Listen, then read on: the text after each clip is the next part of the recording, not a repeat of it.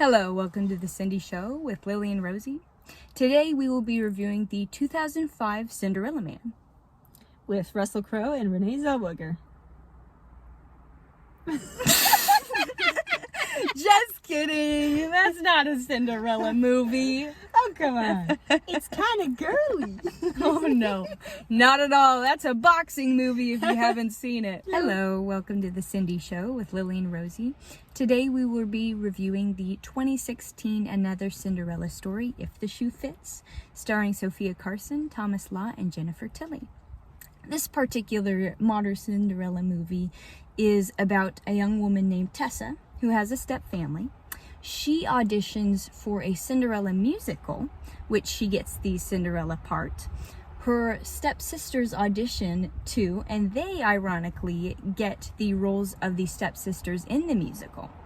Tessa auditions in disguise under the name of Bella, which is kind of funny because it's Ella with a B.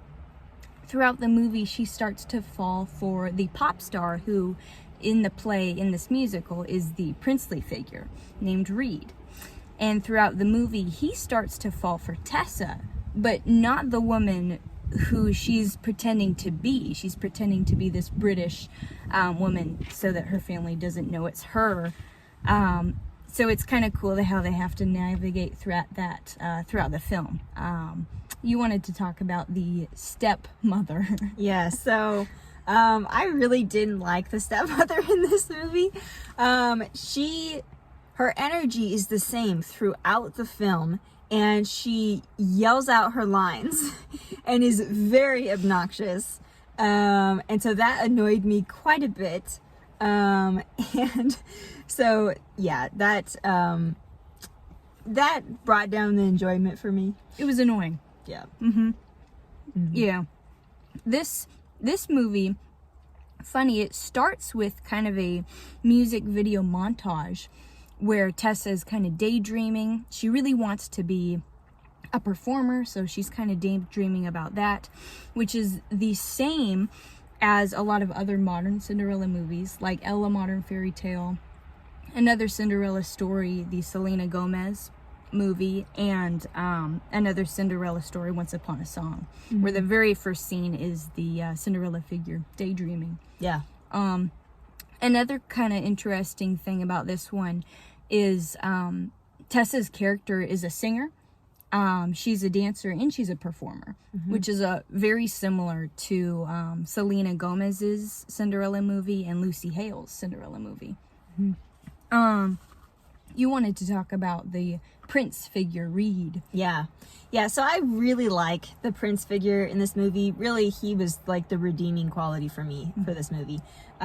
He isn't cocky, which is so different than a lot of the different adaptations.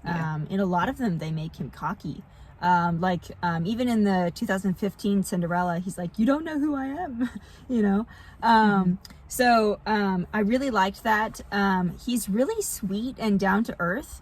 Throughout the film, Tessa is working on a motorcycle that is later used in the musical.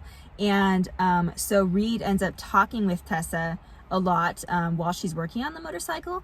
And they're very just sweet conversations, and they're both really real with each other. And that's really when Reed starts to fall for her. Yeah. My favorite scenes were when they were together. My very favorite scene is when they kind of go to a dress-up ball and Tessa dresses up as a penguin. Not her choice, but Reed sees her. And even though there's all these other young ladies dressed up in fancy ball gowns, he just sees her in this kind of ridiculous penguin costume, and he's so taken with her. It's actually really sweet. Yeah. And there's something I also noticed in this movie. There's kind of a lot of kind of gentle touching. Like their hands brush a lot when they're dancing, when they're working on the bike, which is a big contrast to the way her stepmother Divine touches her. I think there's even one scene where her stepmother grabs her jaw and is like kind of yelling at her. Yeah. Which is a big contrast to, at the end of the film, Reed, I think he kind of touches her jaw maybe before they kiss, but it's so different. He's very gentle with her, very sweet. which I liked. It Yeah. was sweet to watch. Yeah. The conversation between them is just really, really real and genuine. Yeah. Yeah, it's good. At the very end, similar to Three Wishes for Cinderella, the very end, he doesn't make her try on the shoe. The shoe actually breaks. It drops during the craziness that is the end of the movie. Lily did not like the ending. No, it stressed me out, to be honest. Like, everything goes haywire, and it's supposed to be like hilariously funny, but to me it stressed me out. It's like everything's going wrong. Yeah, because they're all on stage performing the Cinderella musical, and the stepsisters and stepmother just screw it up. Oh, It's so bad. It's like a secondhand embarrassment. yeah. You know? And it just keeps going. Yeah. It just keeps going. It gets worse and worse. Yeah, it's like, when is this gonna end? It's making me have anxiety. Yeah. Yeah. The singing, Tessa, Sophia Carson, she can sing really well. She has a nice voice. It was very breathy. I don't know if nasally is the right word, but it felt very nasally too, but I liked it. It was pretty. It was very clear, very strong, but very nice. And the dancing was kind of, it had like ballet, hip hop. It was fun. It was kind of a mix. Fun fact, the guy who plays Reed, his name's Thomas Law, and he actually has a little bit of music on Spotify. He's done some covers. And so one of them is Dancing Queen. He has an acoustic cover of that, which is very unusual. I listened to it, and it's really good. It's like, you don't usually hear that song acoustic, but I liked it. He has a nice voice. Ooh, I'll have to listen to that. That's cool. Yeah. His voice was nice. Yeah. Yeah. Kind of the theme about this movie that I noticed, if you pay attention in the very first opening scene where Tessa's kind of daydreaming about performing, her and some other people are kind of dancing around this beautiful vehicle, and the license plate says Control.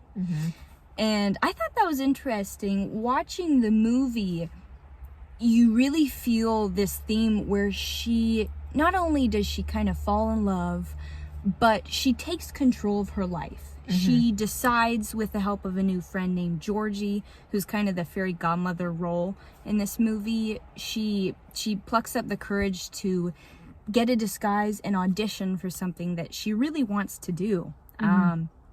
So she's pretty brave in a lot of the movie, kind of taking hold of what she wants and not letting it go, and eventually, finally, not letting people walk over her. Yeah, it was good.